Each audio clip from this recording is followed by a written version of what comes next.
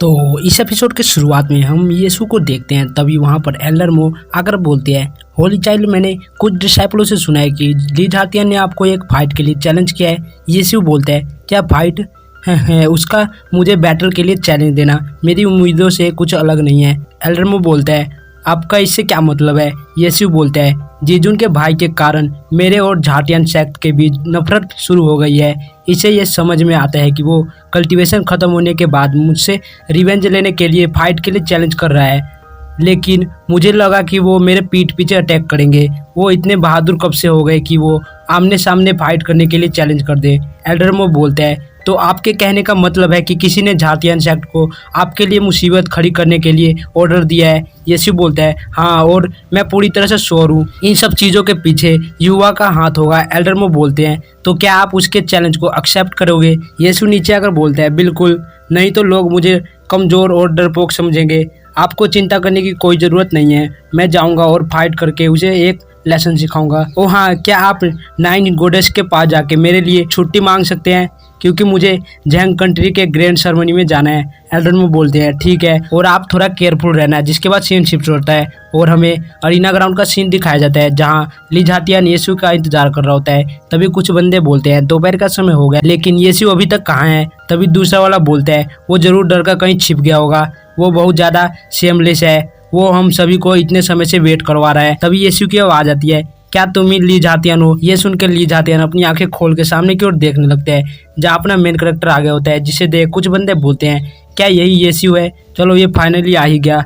ली जातियन बोलता है, हाँ, मैं ही ली फैमिली का मास्टर और झाटियन सेट का लीडर हूँ। यीशु बोलता है, तुम स्टार पावर रियल्म के लेवल 7 पर हो। तुम्हारा लेवल इतना भी बुरा नहीं है, लेकिन तुम बहुत अगली दिखते हो। तुमको बाहर घूमने की हिम्मत किसने दे दी? ये सुन के ली जातियन को गुस्सा आ जाता है। वो बोलता है, तुम एरोगेंट बच्चे, तुम्हारी हिम्मत कैसे हुई मेरी इंसल्ट करने की? आज मैं तुम्हें एक लेसन सिखाऊंगा कि कुछ लोगों को गुस्सा नहीं दिलाना चाहिए। यीशु बोलता है, ओह, मैं तो डर गया। तभी वो यीशु पर अपने स्वॉर्ड से अटैक कर देता है, जिसे देख यीशु बिल्कुल काम होता है। जिसे देख डिसाइपल बोलने लगते हैं, वो इसे डोज क्यों नहीं कर रहा? दूसरा वाला बोलता है, अब डोज करने का टाइम नहीं बचा है। लगता है वो सीनियर ली के ओरा से इतना डर गया है कि वो मूव भी नहीं कर पा रहा। तभी यीशु अपनी 2 उंगलियों को आगे करता है, जिसे देख ली जातियन हैरान होकर बोलता है, क्या? और हम देखते हैं यीशु को, जिसने उसके स्वॉर्ड को 2 उंगलियों से पकड़ लिया होता है। ली जातियन बोलता है, उसने मेरे फुल पावर के ब्लो को सिर्फ अपनी 2 उंगलियों से रोक दिया। वहीं हम अरीना से थोड़ी दूर का सीन देखते हैं, जहाँ ली चेन उस फाइट को देखकर गुस्सा होते हुए बोलता है,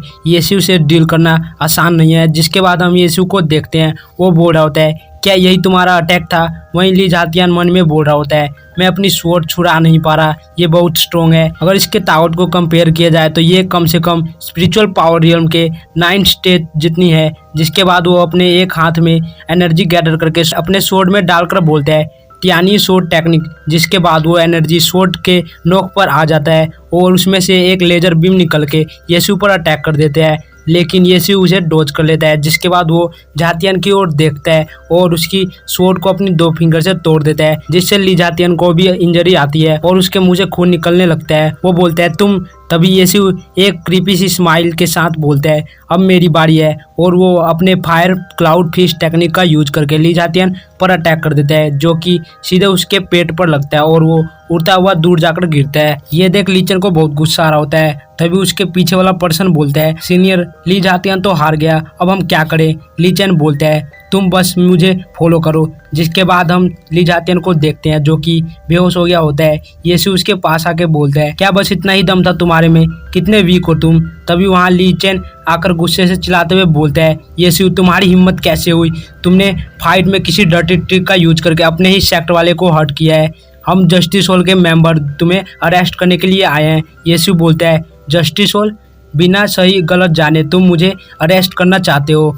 मैं भी देखता हूँ कि तुम आज मुझे कैसे अरेस्ट करते हो। लीचन अपने बंदों को ऑर्डर देते हुए बोलता है, जाओ अरेस्ट करो। अगर वो रजिस्ट करने की कोशिश करता है तो मार डालना। ये सुन उसके बंदे यीशु पर अटैक कर देते हैं। यीशु एक स्माइल देके बोलता है मुझे मारोगे, जिसके बाद यीशु वहां से बहुत स्पीड से गायब होके एक बंदे के पीछे आ जाता है और उस बंदे पर अटैक करके उसका फेस दूसरे वाले बंदे से टकरा देता है और बोलता है मैं भी देखता हूँ क्या तुम्हारे अंदर वो पावर है।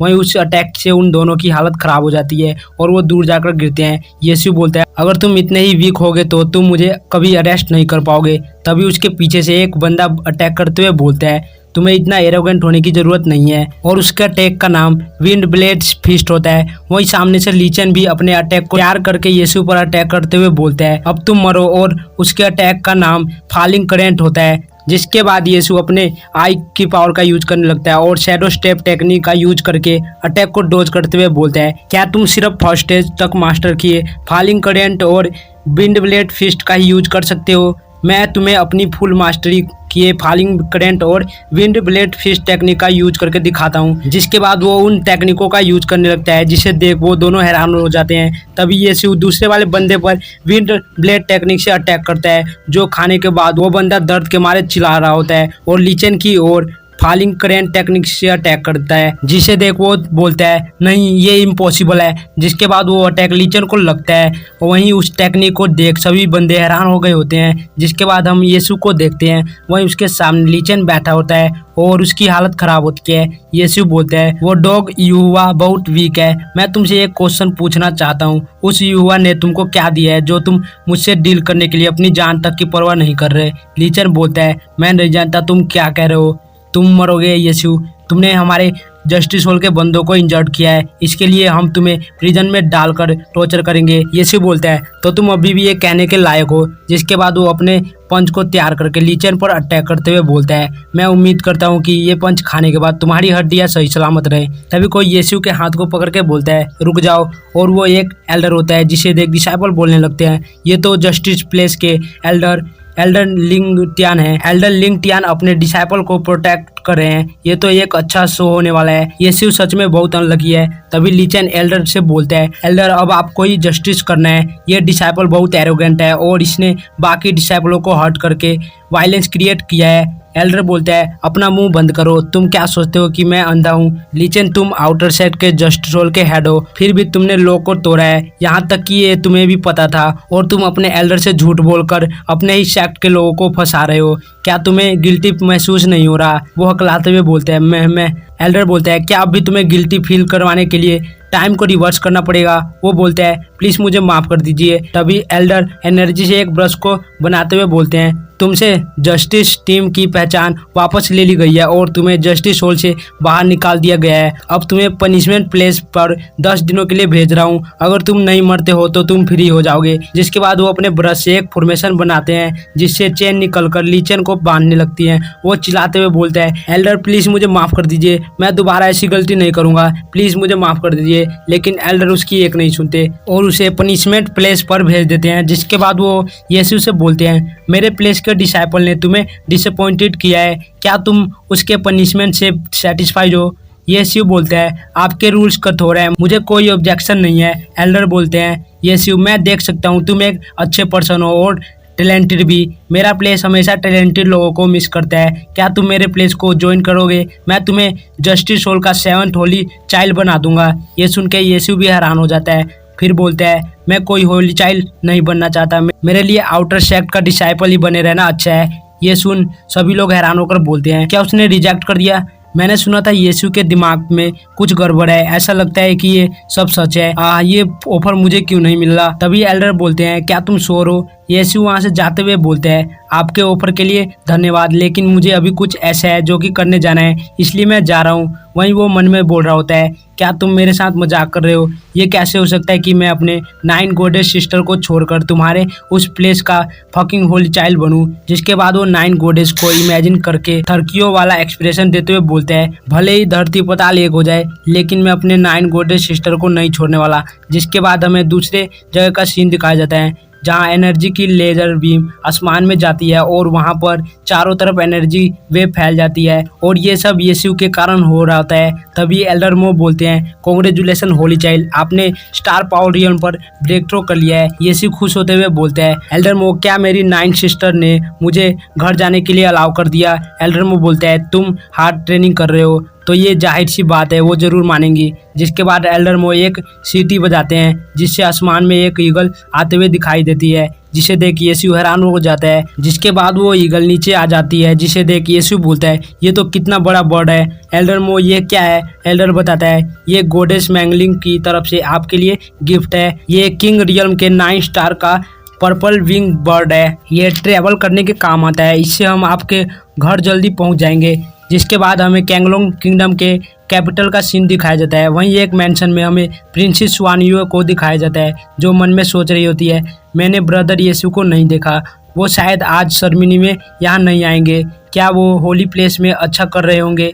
क्या बिना मेरी प्रोटेक्शन के उन्हें कोई बुली कर रहा होगा? जिसके बाद वो पास्ट की बातों को याद करने लगती है, जहाँ यीशु को कुछ लोग मारते हुए बोल रहे होते हैं, तुम ट्रैश कहीं के, तुम बिना मदर के इडियट, तुमने प्रिंसेस स्वानवे से इंगेजमेंट कैसे कर लिया? और ये और कोई नहीं बल्कि युवा होता है। वो बोलता है, अगर तुम स्मार्ट होगे तो तुम प्रिंसेस स्वानवे को अकेला छोड़ दोगे और अपनी इंगेजमेंट को तोड़ दोगे। वही प्रिंसेस स्वानवे उसे रोकने की कोशिश कर रही होती है। जिसके बाद सीन प्रेजेंट का दिखाया जाता है। वो बोलती है, कितनी शर्म की बात है, मैं अब फ्यूचर में आपकी प्रोटेक्शन नहीं कर पाऊंगी। जिसके बाद सीन यीशु की तरफ का दिखाया जाता है। वो खुश होते हुए बोल रहा होता है, मैं कैपिटल सिटी को देख पा रहा हूँ। जिसके बाद हमें किंग प्लेस को दिखाया जाता है, जहाँ सेरेमनी हो रही होती है। तभी एक बंदा चिल्लाता है, एम्परर और सुप्रीम एम्परर आ रहे हैं। जिसके बाद हमें सुप्रीम एम्परर को दिखाया जाता है, जिनका नाम कैंगियांग है। जिसके बाद हमें प्रेजेंट के एम्परर को दिखाया जाता है, जिनका नाम किंग केंगुआन है। वो बोलते हैं, प्रिय लोगों, आज हमारे केंगलोंग डायनेस्टी का स्टेट डिफेंस सेरेमनी है। ये मेरा सम्मान है कि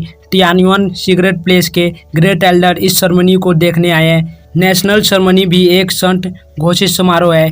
इसमें कुछ लोग खुश होंगे और कुछ लोग दुखी होंगे, लेकिन इससे कोई फर्क नहीं पड़ता कि रिजल्ट क्या होगा। आप सभी हमारे कैंगलोंग डायनेस्टी के पिलर हो। मैं उम्मीद करता हूं कि आप सभी कैंगलोंग डायनेस्टी को प्रोटेक्ट करने के लिए अपना बेस्ट दोगे और ऐसे ही हमारा कैंगलोंग डायनेस्टी हमेशा जीवित रहे।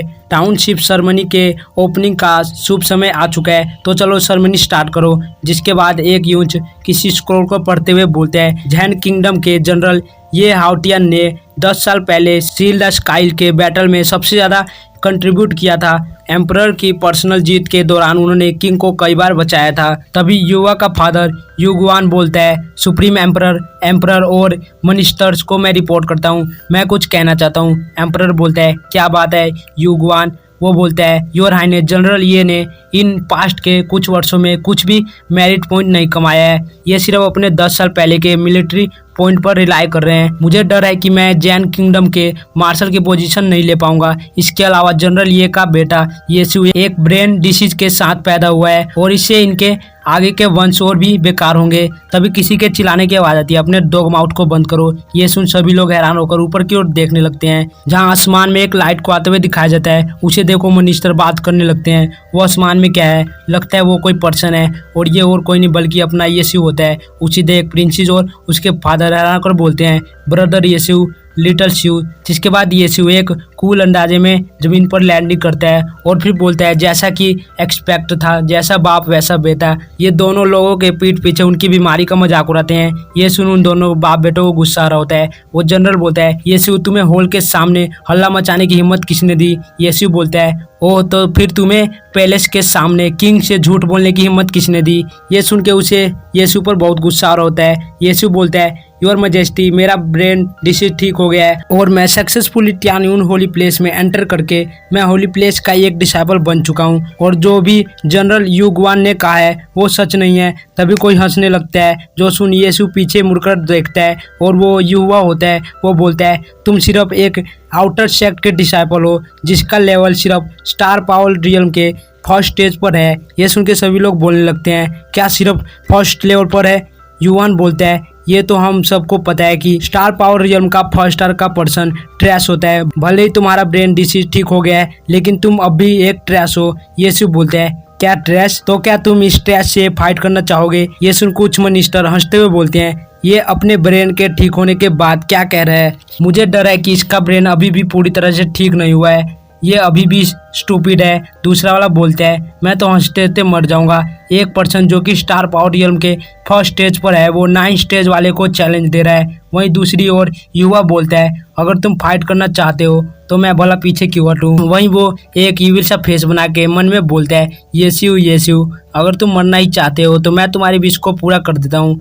येसु बोलता है योर मैजेस्टी प्लीज मेरे और युवा के बैटल को अप्रूव कर दें। एम्परर बोलता है ठीक है। वहीं प्रिंसेस स्वानवे भी येसु को देख रही होती है। वो अपने मन में बोलती है ब्रदर येसु प्लीज़ केयरफुल रहना, अगर सिचुएशन मरने पर आ जाएगी तो मैं तुम्हें बचा लूँगी, भले इसके लिए मुझे अपने फादर से विनती करना पड़े।